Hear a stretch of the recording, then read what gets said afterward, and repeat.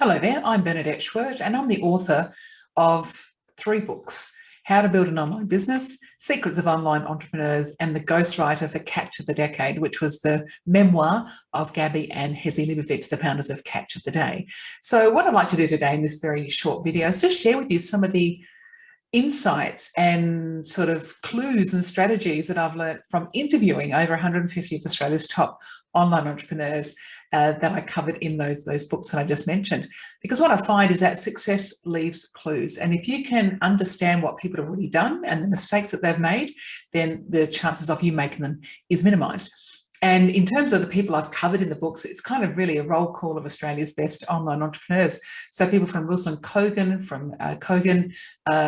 the people from Canva, there was Matt Barry, who founded Freelancer, the founders of Appliances Online, as I said, Catch of the Day, Vinomofo, and Who Gives a Crap. So we've got not-for-profit, we've got for-profit, we've got e-com, we've got fintech, we've got so many categories covered. So, and what it is I've interviewed these people, and the first book was Secrets of Online Entrepreneurs, and that was kind of like an entry level as to how to get your business up and running. And How to Build an Online Business was the sequel to that, and that's more like if you really want to fast track it and you want to go from zero to hero and be a scalable global online business, that's the book for you as well. So let me just talk you through some of the tips that I've learned through interviewing these people and how I've applied it to my business as well, because my business is the Australian School of Copywriting, and I train people in the art of becoming copywriters and writing content. So if you're interested in how to write content, check us out at copyschool.com. But really the point of this is I learned all that because I interviewed those people originally because I was interested in how they built their online businesses, because I wanted to build mine. So I went out and I interviewed them, and they were very generous to give me their time.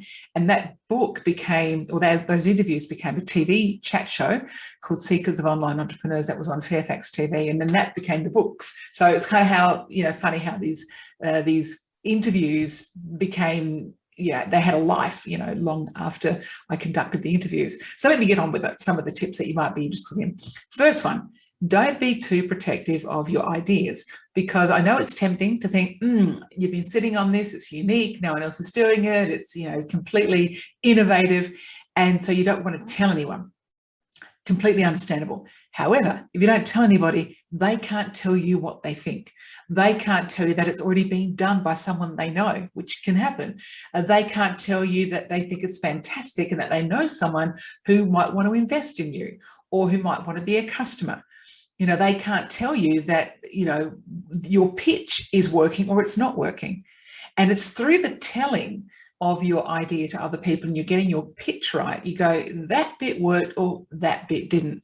And suddenly, well, not suddenly, but eventually you can tailor it, leave that bit out, put that in, turn that bit up, turn that bit down, and suddenly you've got yourself a really strong pitch. But it's through the giving of it multiple times that you understand what's working and what's not. And not to mention, you start to attract people to you because you've told them and they go, that's exciting, how can I help? And suddenly you've got maybe staff members, you've got suppliers, you've got customers, you've got, collaborators, podcast people who want to put you on their podcast because they're interested in what you're doing. So don't hold your idea too close to you or else it won't grow. And you're probably thinking, well, how do I protect it? Well, it's very difficult, I'll be honest with you. But the number one way, I guess, is a non-disclosure agreement. It's just a very basic document, 2 or 3 pages. And don't send a 20-page NDA to an investor because I go, amateur, right? So just keep it really short. 2 to 3 pages is probably enough. There's tons of them online. I'm not saying you should just use the ones online, but it's a pretty good place to start. If anything I can tell you is get a good lawyer early. That would be a very, very good recommendation. And you think, how do I pay for that? Well, that's another topic, right? But I just wanted to say you need good legal advice to protect you. That is another topic. We can talk about that. So get your NDA, get them to sign it, and you might be thinking, oh, who am I to ask XYZ to sign an NDA and protect my idea? Well, they're used to it. They will probably think less of you if you don't send it, because if they're going to invest in you, for example, they want to know that you know what you're doing and that you're prepared to protect your idea, not just give it away to anybody. So don't be intimidated by the caliber of people that you might be talking to. They expect an NDA and they're very happy to sign it for the most part. So number two, they launch too late. Okay, so most people think, oh, I'm going to hold on to my idea and I'm not going to build a website and I'm not going to go and do some speaking and I'm not going to do a podcast and I'm not going to, talk about it. You have to get some content up and running, in terms of a website or some kind of pitch deck or some kind of keynote speech so that you can get your idea out there and circulate it and start to seed it. Now, websites is kind of my world. I've been writing websites for clients for 20 odd years and I've built many. Not that I'm a techie person, but I've facilitated the build of many. And what I see is people want their copy to be perfect before the website gets built. That is so not the way to do it, okay? Build the website, put some pretty average copy in there, and copy, by the way, is just words. Put some pretty average copy that you just cobble together and get the website up.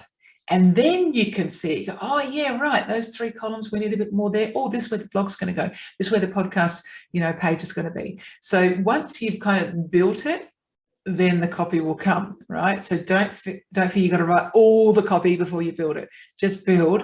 And if you use something like WordPress or Squarespace or Wix or Weebly, keep it really simple to start with so you can build upon it, play around with it, move it around so that you're not locked into, $20,000, $30,000 web build before you've even started. Keep it really simple, even just a landing page, just to let people know you're there so that you've got something to share and show people if they ask. And as Reid Hoffman, who's the founder of LinkedIn, said, if you've launched with a website that you love, you've launched too late. So most people hate what they launch first up, right? Really natural to do that, and all the best do it.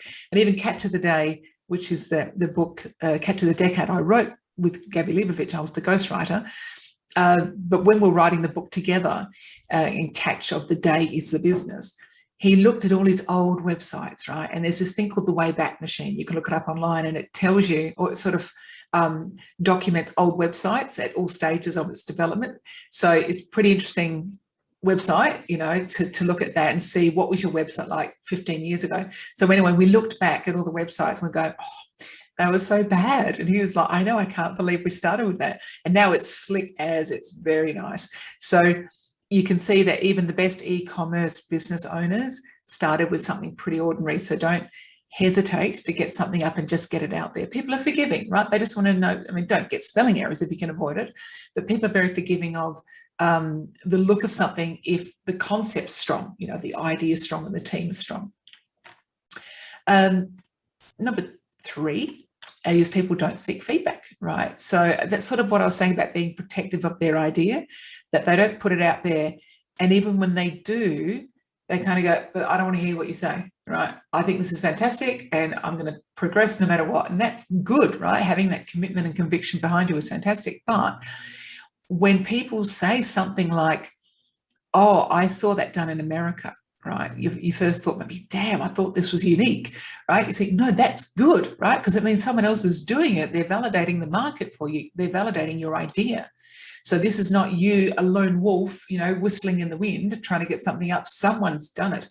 That's good. Now, either you can collaborate with them and you can, have a little piece of the business or a little slice of that category, but don't ignore it, right? That's what I'm trying to say. Don't ignore the fact that this is already being done, because when you go to pitch to an investor and they say, well, who's your competitors? And you say, no one, they're going to go, don't believe you.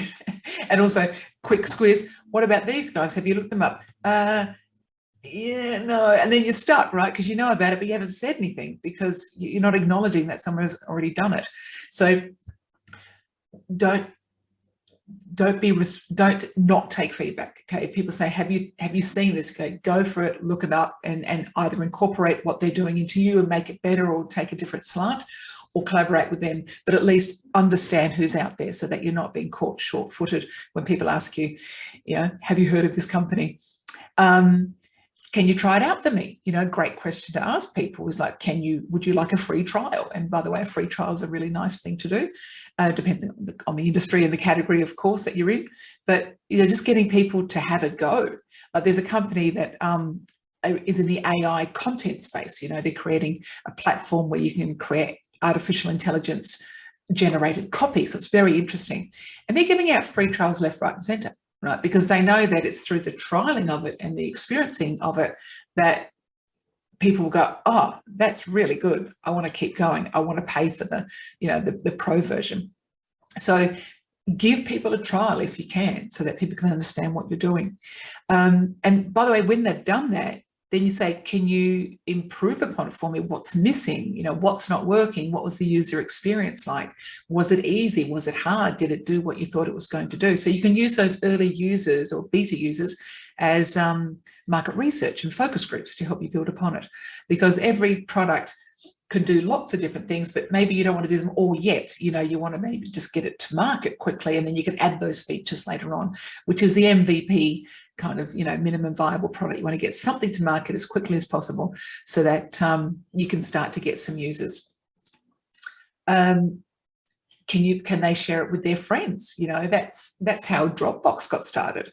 Yeah, I think from memory, they got it out there and they sent it to their sort of local network, the people on their database, and they all said, send this to a friend, and if you do, we'll give them 1 gig of free storage or something like that, because Dropbox only works if everyone's got it, right? One person with a Dropbox is like a person with a phone. You need 2 to make it work. So they knew that, and they just increased their subscription rate dramatically when they asked those people to send it to their friends and gave them that offer, which, by the way, give an offer too, make it really attractive for people to use in the early days.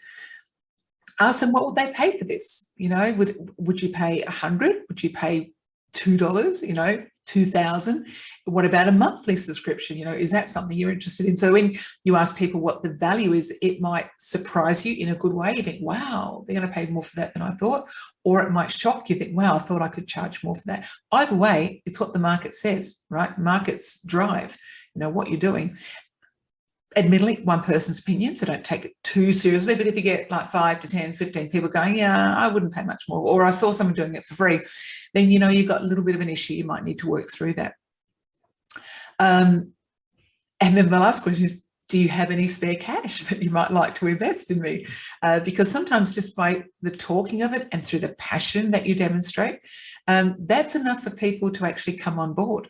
So, if you're in the investment sector, you're looking for investors, and not everybody is at that early stage. But when you are, just know that you have to ask, right? And even if they say no, say, do you know of anyone else who could invest, right? Because often you find investors, well, the people I've interviewed, the first person said no, but because it wasn't right for them, it was the wrong category, they didn't have any expertise, they weren't interested, whatever. But they said, but you need to talk to so-and-so. They would really love this. So by asking for those referrals, you increase your chances of expanding your investor network. So there's some ideas on how you can get your online business up and running really quickly. All the best.